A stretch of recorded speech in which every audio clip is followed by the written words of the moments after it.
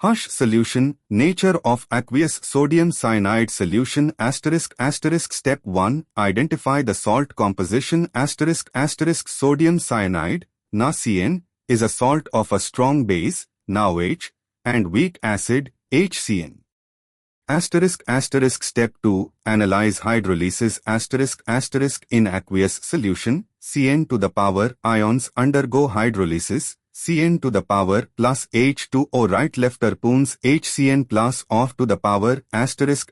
Step 3. Determine the nature ***. Hydrolysis produces off to the power ions. This increases off to the power concentration, therefore pH 7 ***. Step 4. Conclusion ***. The solution is ***. Basic divided by alkaline ***.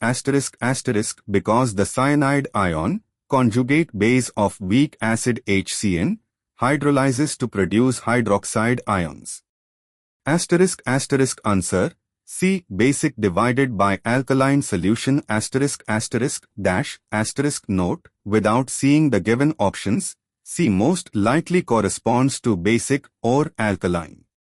Salt of weak acid plus strong base always produces basic solutions ***. The answer is C.